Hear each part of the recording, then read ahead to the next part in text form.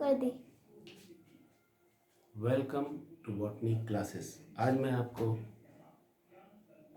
Photosynthesis पे light absorption या light reaction के बारे में बतलाने जा रहा हूँ। फोटोसिंथेसिस एक ऐसी प्रक्रिया है जो हमारे जीवन के लिए आवश्यक है। हमारे अर्थ पर अल्टीमेट सोर्स ऑफ एनर्जी सूर्य होता है।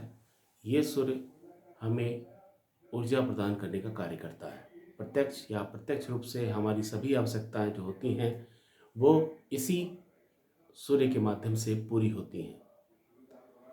हमारी पोषण संबंधी आवश्यकता और अन्य सभी आवश्यकताएं, यहाँ तक कि मेडिकल प्रोडक्ट से लेकर टेक्सटाइल, दूसरे एनर्जी रिक्वायरमेंट्स, इन सबको फुलफिल करने का कार्य जो है वो प्लांट के माध्यम से किया जाता है। पौधे फोटोसिंथेसिस करते हैं। प्रकाश संश्लेषण की प्रक्रिया पौधों में पाई जाती है और ये सामान्य तौर पे हरे पौधे की पत्तियों में देखने को मिलते हैं। जो भी प्लांट ग्रीन कलर या डिफरेंट कलर वाले भी ये लाइट एनर्जी को ट्रैप करते हैं। काइनेटिक एनर्जी पोटेंशियल फॉर्म में कन्वर्ट होती है। आप लोग लाइट एनर्जी से संबंधित इस ट्रांसपोर्टेशन को लाइट रिएक्शन, डार्क रिएक्शन जैसे दो भागों में स्टडी करते हैं। पहला भाग वो होता है जिसमें लाइट एनर्जी जो होती है वो एब्जॉर्ब की जाती है, और दूसरा पार्ट इसका होता है जिसमें इस एनर्जी की सहायता से कार्बन डाइऑक्साइड और जल के अणु कार्बोहाइड्रेट बनाते हैं। ठीक है। प्लांट सेल को देखा जाए तो प्लांट सेल में सेल ऑर्गेनेल क्लोरोप्लास्ट पाया जाता है।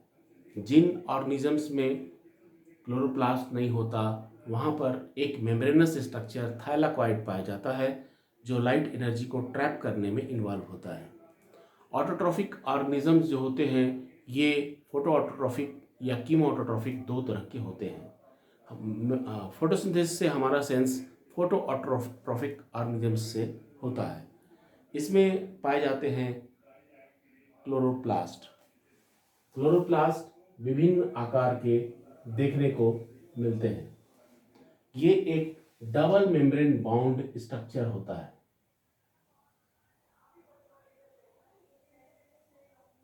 ये डिस्क शेप एक स्ट्रक्चर, ये elliptical, round shape, spiral shape, कई अलग अलग आकारों के हो सकते हैं। ये एक डबल मेम्ब्रेनस स्ट्रक्चर है। इसकी उत्पत्ति एंडोसिम्बायोटिक मैनर से हुई है। जिस तरह से माइटोकॉन्ड्रिया वगैरह इवॉल्व हुए हैं वैसे ही इसका ओरिजिन भी जो है एंडोसिम्बायोटिक है। ठीक है। इसमें ये दो मेम्ब्रेन, इसका थिकनेस 40 to 60 एंगस्ट्रॉम, इसके बीच डिस्टेंस दोनों मेम्ब्रेन के बीच जो पेरीप्लास्टिडियल स्पेस है इसके बीच इसकी थिकनेस लगभग 60-80 एंगस्ट्रॉम के आसपास होती है। इसके अंदर एक तीसरी मेम्ब्रेन पाई जाती है जो बैग लाइक स्ट्रक्चर के फॉर्म में होती है। हम इसे ग्रेनम डिस्क कहते हैं। ऐसी बहुत सारे ग्रेना एक सेल में प्लास्टिड में पाई जाती है और ये एक दूसरे से इंटरग्रेना के माध्यम से जुड़ी हुई होती है। ठीक है। ये ग्रेना, ये इंटरग्रेना, ये एक सिंगल मेम्ब्रेन ही होता है जो पूरे प्लास्टिड में कंटिन्यूअस होता है। इसके अंदर एक लिक्विड भरा हुआ होता है जिसे पेरीप्लास्टिडियल फ्लूइड के नाम से जाना जाता है। क्लोरोप्लास्ट एक ऑटोनोमस यूनिट है। इसका अपना डीएनए होता है। न्यूक्लियस के बाहर साइटोप्लाज्म में दो सेल ऑर्गेनेल ऐसे हैं जिनमें अपना जेनेटिक कॉन्स्टिट्यूशन होता है, जिनमें प्लास्टिडियल और माइटोकॉन्ड्रियल डीएनए महत्वपूर्ण है। ये है प्लास्टिडियल डीएनए।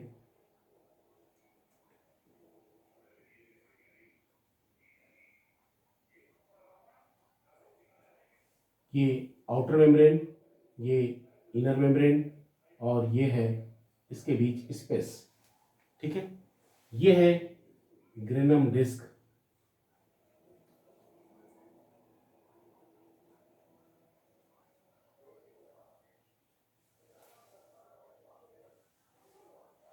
ये इंटरग्रेना,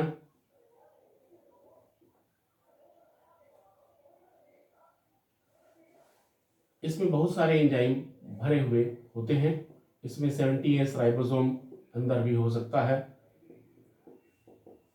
फोटोसिंथेसिस की वो प्रक्रिया जो इस क्लोरोप्लास्ट के अंदर होती है, उसमें इस ग्रेनम डिस्क में लाइट एब्जॉर्प्शन पाया जाता है, यानी लाइट रिएक्शन का साइट ये है। लाइट रिएक्शन इसमें पाया जाता है और ये जो इसका मैट्रिक्स है इसे हम स्ट्रोमा कहते हैं। इसका एक और नाम है फ्रेट, इसलिए ये स्ट्रोमा लैमेली या इंटरग्रेना जो है फ्रेट लैमेली के नाम से भी जाने जाते हैं।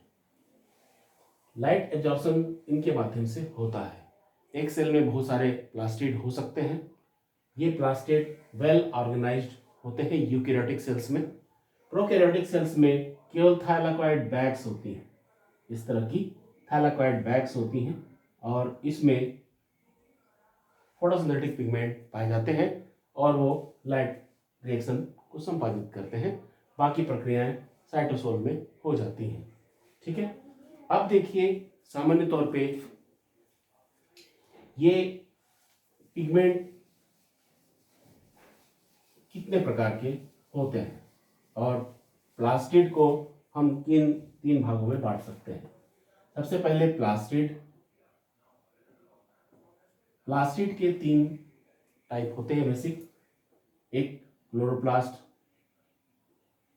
दूसरा क्रोमोप्लास्ट और तीसरा ल्यूकोप्लास्ट।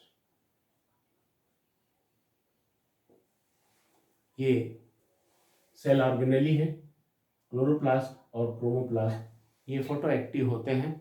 ल्यूकोप्लास्ट का फंक्शन स्टोरेज से संबंधित होता है। इलियोप्लास्ट, एमाइलोप्लास्ट जैसे ल्यूकोप्लास्ट पाए जाते हैं, ये फोटोसिंथेटिक नहीं होते। इसके बाद हम आते हैं इन प्लास्टिड में पाए जाने वाले पिगमेंट्स पर। ये पिगमेंट्स 3 कैटेगरीज में डिवाइड किए जाते हैं, जैसे क्लोरोफिल, दूसरा समूह है कैरोटिनॉइड्स और तीसरा समूह बिली प्रोटीन या इसी को फाइकोबिलीन भी कहते हैं। ये 3 मेजर कैटेगरी हैं पिगमेंट्स की, फोटोसिंथेटिक पिगमेंट्स की। क्लोरोफिल जो होते हैं ये 8 से 10 प्रकार के कहे गए हैं, जिसमें क्लोरोफिल ए अधिक कॉमन है। अधिकांश ऑर्गेनिजम्स में ये उपस्थित होता है। इसके अतिरिक्त chlorophyll B, chlorophyll C, D, E, ये 5 टाइप्स हैं। इसके अतिरिक्त बैक्टीरियो क्लोरोफिल,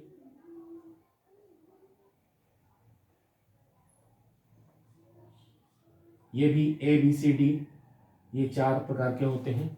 बैक्टीरियो विनिडीन वगैरह नामों से भी इनको जाना जाता है। कैरोटिनॉइड्स की 2 कैटेगरी हैं, कैरोटीन एंड ज़ैंथोफिल।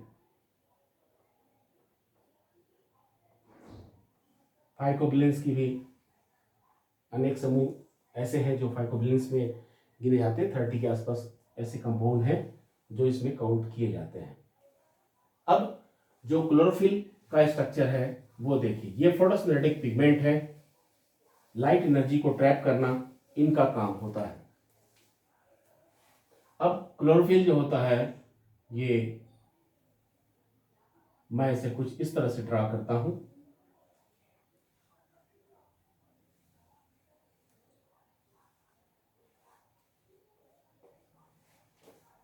इसमें सेंट्रल एटम मैग्नीशियम होता है। ये मैग्नीशियम एटम जो होता है 4 पायरॉल मॉलिक्यूल्स के साथ जुड़ा हुआ होता है। हम जानते हैं कि मैग्नीशियम की वैलेंसी जो होती है वो 2 होती है, तो ये एक बार में केवल 2 मॉलिक्यूल्स के साथ लिंक हो सकता है। इसमें होता है फ्री इलेक्ट्रॉन जो रोटेट करता रहता है, ये बॉन्ड मूवेबल है। इलेक्ट्रॉन बॉन्ड जो है ये मूवेबल है। यही वो स्थान है जहाँ से इलेक्ट्रॉन इमिट होता है, बाहर निकल सकता है। ठीक है। क्लोरोफिल का ये भाग ये 15 एंगस्ट्रॉम ब्रॉड एंड लॉन्ग होता है, यानी स्क्वायर शेप होता है। इसको हम कहते हैं पायरॉल हेड। ये है पायरॉल हेड और ये होता है 20 एंगस्ट्रॉम। इसको कहते हैं फाइटॉल टेल। ये कहलाता है फाइटॉल टेल। यह है एक क्लोरोफिल का मॉलिक्यूलर स्ट्रक्चर। मैं इसे कुछ इसी तरीके से बनाता हूं।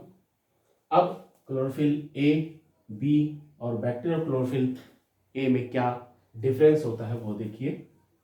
इसमें जो फर्स्ट पैरल होता है इसके साथ मेथिल ग्रुप होता है, CH3 या मेथिल ग्रुप होता है। क्लोरोफिल बी में ये C डबल बॉन्ड OH होता है, CHO ग्रुप होता है। और बैक्टीरियल क्लोरोफिल में ये CH3 C double bond OH होता है। ठीक है। ये तीन डिफरेंस है क्लोरोफिल ए और बी। ये अगर किसी प्लांट में होते हैं तो प्लांट हरे रंग का दिखाई देता है। पायरॉल हेड हाइड्रोफिलिक होता है और फाइटोल टेल जो है हाइड्रोफोबिक होता है। सेल मेम्ब्रेन में ये क्लोरोफिल पिगमेंट एक एंटीना की तरह होते हैं, लाइट हीट को एब्जॉर्ब करने में कैपेबल होते हैं।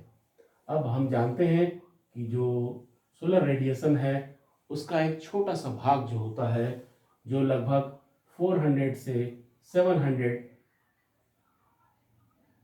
nm टू 700 nm, हम इससे कम वेवलेंथ वाली लाइट को हम ultra violet, UV radiation, X-ray और गामा रे वगैरह नामों से जानते हैं। 700 से ऊपर इंफ्रारेड, माइक्रोवेव वगैरह हो सकती है। ऐसे ही वेवलेंथ डिफरेंट इसके होते जाते हैं। ये अप्रॉक्स होता है 330 nm टू 760 nm के आसपास। इसमें जो वायलेट लाइट है ये इधर रहेगा और रेड इधर रहेगा। आपने विजिबल लाइट के उस स्पेक्ट्रम को विबजियोर नाम से याद किया होगा। विबजियोर या बैजानी हपीनाला आप हिंदी में कहते हैं। इंग्लिश में ये 7 कलर हैं जो लाइट में होते हैं। इसमें से भी 2 कलर जो होते हैं इसी में फोटोसिंथेसिस अधिक पाई जाती है। एक है ये रेड कलर, और दूसरा ये ब्लू कलर। ये 2 ही वेवलेंथ जो होते हैं ये फोटो सिस्टम के द्वारा डायरेक्टली यूज किए जाते हैं। बाकी पिगमेंट्स जो होते हैं वो एक्सेसरी या सपोर्टिंग पिगमेंट होते हैं जो लाइट एनर्जी को ट्रैप करने का कार्य करते हैं। ठीक है। अब जैसे लाइट एनर्जी, कोई प्लांट जिसमें क्लोरोफिल ए हो और क्लोरोफिल बी हो तो ये ग्रीन कलर का होगा। ठीक है। सामान्य तौर पे इसमें जो ये पौधा ग्रीन क्यों दिखाई देगा इसके संदर्भ में आपको बतला दूं। जब लाइट इसके ऊपर पड़ती है तो ये रेड लाइट और ये ब्लू लाइट इन पिगमेंट्स के द्वारा एब्जॉर्ब कर ली जाती है। क्लोरोफिल पिगमेंट जो होते हैं वो रेड और ब्लू लाइट को एब्जॉर्ब कर लेते हैं।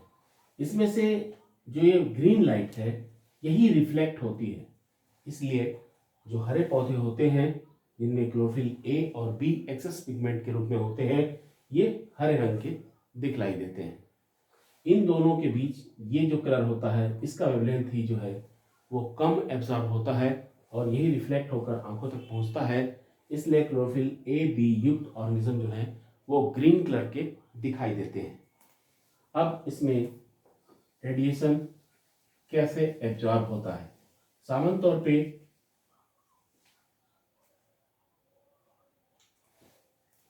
क्लोरोफिल मॉलिक्यूल जो होते हैं ये थालाकॉइड मेम्ब्रेन में कुछ इस प्रकार से होते हैं।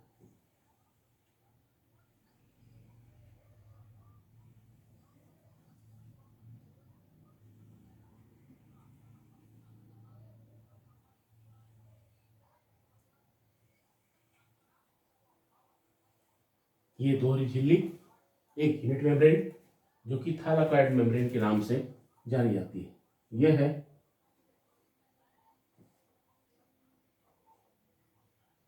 मेम्ब्रेन। ये हाईली एक्टिव मेम्ब्रेन होता है क्लोरोप्लास्ट का। इसके ऊपर डिफरेंट मॉलिक्यूल जो होते हैं वो अरेंज होते हैं इस तरह से। इसके अपर सरफेस पर, ये ओपन सरफेस पर ये क्लोरोफिल मॉलिक्यूल अलग अलग मॉलिक्यूलर वेट वाले, अलग अलग वेवलेंथ को ऑब्जर्व करने वाले मॉलिक्यूल जो होते हैं वो कंटिन्यूअसली इसके चारों ओर स्थित होते हैं, अलग अलग प्रकार के मॉलिक्यूल। ये बनता है पिगमेंट सिस्टम सेकेंड, ये बनता है पिगमेंट सिस्टम फर्स्ट, ग्रेना और इंटरग्रेना। ठीक है, इसके बीच ये जो स्पेस है ये ल्यूमेन होता है कंटिन्यूअस, और इसे थालाकॉइड ल्यूमेन के नाम से जाना जाता है। इसमें एक किस्म का फ्लूइड भरा हुआ होता है। ये मेम्ब्रेन कंटिन्यूअस फॉर्म में एक स्टार्क्ड ग्रेनम के फॉर्म में और इंटरग्रेना के रूप में देखने को मिलती है। और मैंने आपको बताया कि सामान्य तौर पे जो क्लोरोफिल मॉलिक्यूल होते हैं ये एंटीना की तरह जो है लिपिड लेयर में धंसे होते हैं और बाहर की ओर प्रोजेक्टेड होते हैं। ये सोलर रेडिएशन को ट्रैप करते हैं, एब्जॉर्ब करने में कैपेबल होते हैं। आप लोगों ने पढ़ा होगा CO2 प्लस H2O, इससे बनता है CH2O और O2 बाहर निकलती है। ठीक है, इसके लिए 9 to 10 फोटोन यूज्ड हो जाते हैं, तब ये प्रक्रिया संपादित होती है। ये 1/6 पार्ट ऑफ द ग्लूकोज है, ग्लूकोज का 1/6 भाग है। इसके इस इक्वेशन के लिए लगभग इतनी एनर्जी की आवश्यकता होती है। अब ये जो क्लोरोफिल मॉलिक्यूल्स हैं ये प्रायः यूनिट में काम करते हैं, जिसे क्वांटासोम के नाम से जाना जाता है।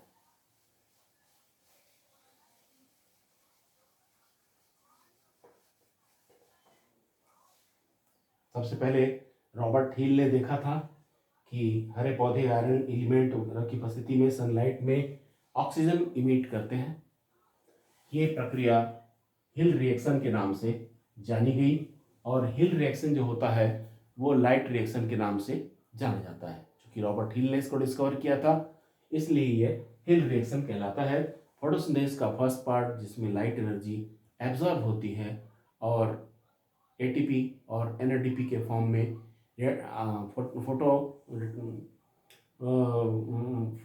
फोटोसिंथेटिक एनर्जी और रिडक्टिव एनर्जी जनरेट होती है जो कार्बोहाइड्रेट के फिक्सेशन में यूज की जाती है। ये सभी मॉलिक्यूल्स थाइलाकॉइड मेम्ब्रेन पर लोकेटेड होते हैं। हम इसे कुछ इस फॉर्म में दिखलाते हैं। ये क्वांटासोम है। अब ये एनर्जी, लाइट एनर्जी के बारे में हम जानते हैं कि ये फोटॉन या मॉलिक्यूल्स के फॉर्म में होती है, और सामान्य तौर पे ये वेव के फॉर्म में भी होती है। वेव थ्योरी और क्वांटम थ्योरी दोनों इसके बारे में दी गई हैं। तो ये फोटॉन मॉलिक्यूल जो होते हैं ये इनके द्वारा एब्जॉर्ब होते हैं। जब ऐसा होता है तो क्लोरोफिल मॉलिक्यूल का जो इलेक्ट्रॉन है वो एनर्जी मिलने पर, एनर्जी इसको मिल रही है, इस एनर्जी के मिलने पर ये एक्साइटेड स्टेट में आ जाता है, और इसका जो ग्राउंड स्टेट से ये ऊपर की ओर निकल जाता है। ये ग्राउंड स्टेट को क्रॉस कर गया, अब ये बाहर चला गया। इस समय इसने एनर्जी एब्जॉर्ब की, लेकिन ये कुछ काफी कम समय के लिए ही एक्साइटेड स्टेट में रह पाता है। अब ये कई तरीके से वापस आ सकता है। एक तरीका तो ये है कि ये एनर्जी इमिट करता हुआ, फोटोन एनर्जी इमिट करता हुआ वापस यहाँ आ जाए, एक तरीका। दूसरा, ये वापस यहाँ आ जाए लेकिन ये हीट के फॉर्म में एनर्जी बाहर निकाल दे, कोई फ्लोरोसेंस नहीं होगा। जब ये फोटोन रिलीज करेगा तो फ्लोरोसेंस होगा, एक चमक पैदा होगी, ठीक है। या ऐसा हो सकता है कि कुछ ये वापस एनर्जी अपने ग्राउंड स्टेट में आ जाए और वैसी स्थिति में थोड़ी मात्रा में हीट के रूप में और थोड़ी मात्रा में दूसरे एनर्जी के रूप में ये लाइट इमिट करें, ठीक है। इस तरह से कई तरीके से ये वापस बैक हो जाता है। ये काफ़ी संक्षिप्त समय के लिए ये एक्साइटेड स्टेट में होता है। इसकी वास्तविक अवस्था ग्राउंड स्टेट में रहना ही होती है। तो सामान्य तौर पर जब लाइट एनर्जी एब्जॉर्ब होती है तो ये मॉलिक्यूल्स जो लगभग माने जाते हैं 200 क्लोरोफिल मॉलिक्यूल्स, 50 कैरोटिनॉइड्स, इसी तरह बहुत सारे electron carrier, redoxin reducing substance, cytokinin, plastocyanin, cytochrome B, cytochrome F, ऐसे बहुत सारे मॉलिक्यूल्स होते हैं जो एक सीरीज में काम करते हैं। और जब मेम्ब्रेन पर ये आसपास लोकेटेड होते हैं तो इस मेम्ब्रेन पर ये मॉलिक्यूल जो होते हैं एक के बाद एक मूव करने वाले मॉलिक्यूल्स को कैरी करते जाते हैं और उनमें जो एनर्जी है उसको एक स्थान से दूसरे स्थान ट्रांसफर करने का कार्य करते हैं। तो सामान्य तौर पर ये जो एनर्जी ट्रैप होती है तो ये यूनिट जो इतने मॉलिक्यूल्स की बनी होती है, ये क्वांटासोम इस एनर्जी को ट्रैप करता है और यहाँ से इलेक्ट्रॉन बाहर की ओर मूव करता है, ग्राउंड स्टेट से एक्साइटेड स्टेट में चला जाता है, ठीक है। तो ये इस तरह का ट्रांसफर इसमें देखने को मिलता है। ये था फोटोसिंथेटिक एनर्जी के संदर्भ में एक परिचय। नेक्स्ट टाइम इससे आगे हम देखेंगे।